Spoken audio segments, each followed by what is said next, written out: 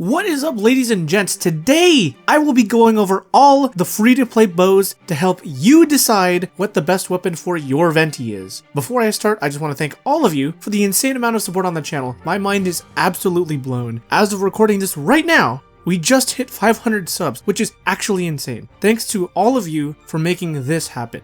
Alright, but back to what you guys came here for. Today, we are serious business. The definition of a free-to-play weapon might differ depending on the person, as I've heard some people say that any 4-star is free-to-play, and while technically that is the case, it's also not at the same time because there is an element of randomness involved, and not every player will have access to every weapon.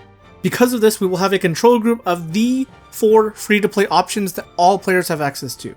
However, the 4th bow, the compound bow, doesn't have enough high base attack as other options, and the ability and subset don't do anything for Venti, so by default it gets last place. So I'm really only going to compare the other 3. That leaves us with 3 other weapons. 2 of them are pretty similar, so I'm going to start with the Favonius Warbow, aka Fav Bow, first. I would recommend Fav Bow only to people that are just starting out with Venti. If you just rolled him and don't have the proper resources to fully invest in him, the Fav Bow is the best placeholder weapon for a cheap Deeps Venti build right now. All you need is a +0 4-piece Venerer set on him, and you have a nice solid support for a long while. But for those who have invested well into Venti, Fav Bow gets outclassed super fast because of its lower base attack.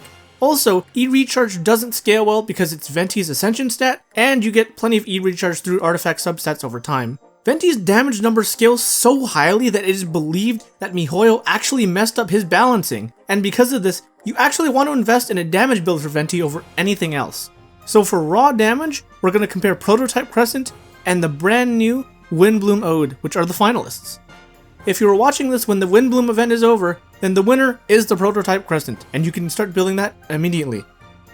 Before I actually get into these weapons, I want to note just how Venti's damage on his ult works. The ultimate has 3 ways of dealing damage. 1 is the actual Animo burst ticks themselves.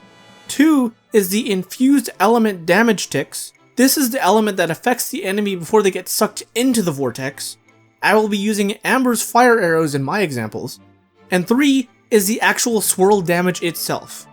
While the overwhelming majority of his damage will come from the Animo ticks, it should still be noted that there's quite a bit of damage that comes from the swirl and infuse that you can lose out on if you are not using these.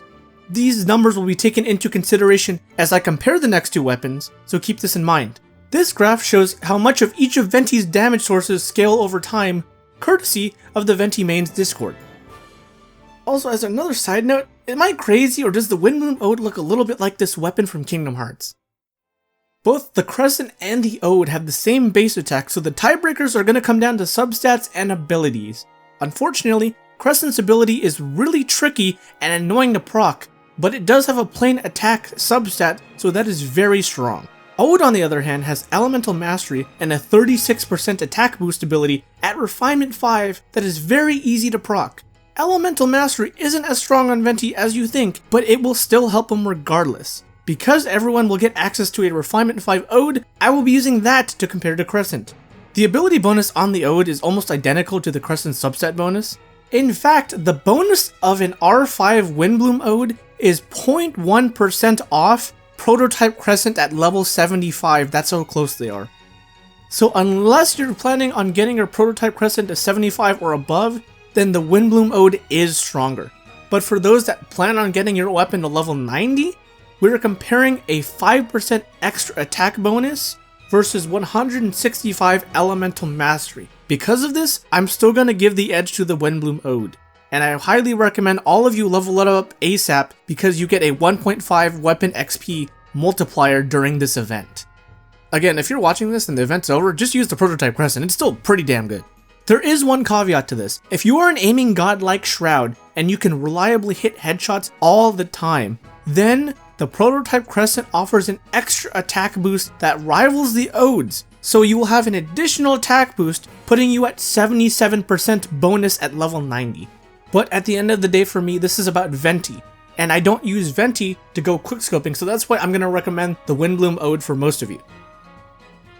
Please keep in mind the Windblume Ode's passive will only apply to Venti's abilities, swirl, and ult for him.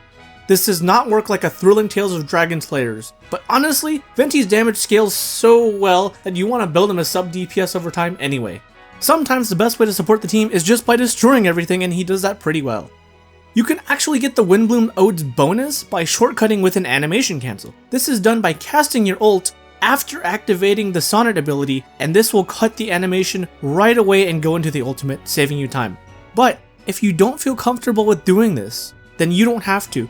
There is more than enough time to get the bonus off within that full 6 seconds if you wait for both animations to play out. Due to a mechanic called snapshotting, once you pop Venti's ult, all stat bonuses he has at the time of the casting stay until the ult is over, so this is why you don't have to worry. This same exact concept will work in reverse too, so if you want to buff Venti after his ult, he doesn't get any attack bonuses when it's active. I know I didn't talk much about other 4-star bows since they're not really free-to-play friendly, but I'll give you the rundown of the best 4-star overall bow. If you are lucky enough to get a Stringless, Viridescent Hunt, or Alley Hunter, any of those will perform a bit better than the Windblume Ode. If you have any refinements on Stringless or Alley Hunter, then those will get top priority. And if you have the same exact refinement on both of those, then just go with Alley Hunter. Alright, that is it for the video, ladies and gents. I hope that I was able to help you out, and I hope you learned something new. If you did enjoy the video or got some value out of it, feel free to hit that like button and or subscribe to the channel. My goal is to help out other players while trying my best to make the game and community a better place. Until next time, my name is Sylph, and thank you so much for tuning in. Have a wonderful day. Peace out, ladies and gents.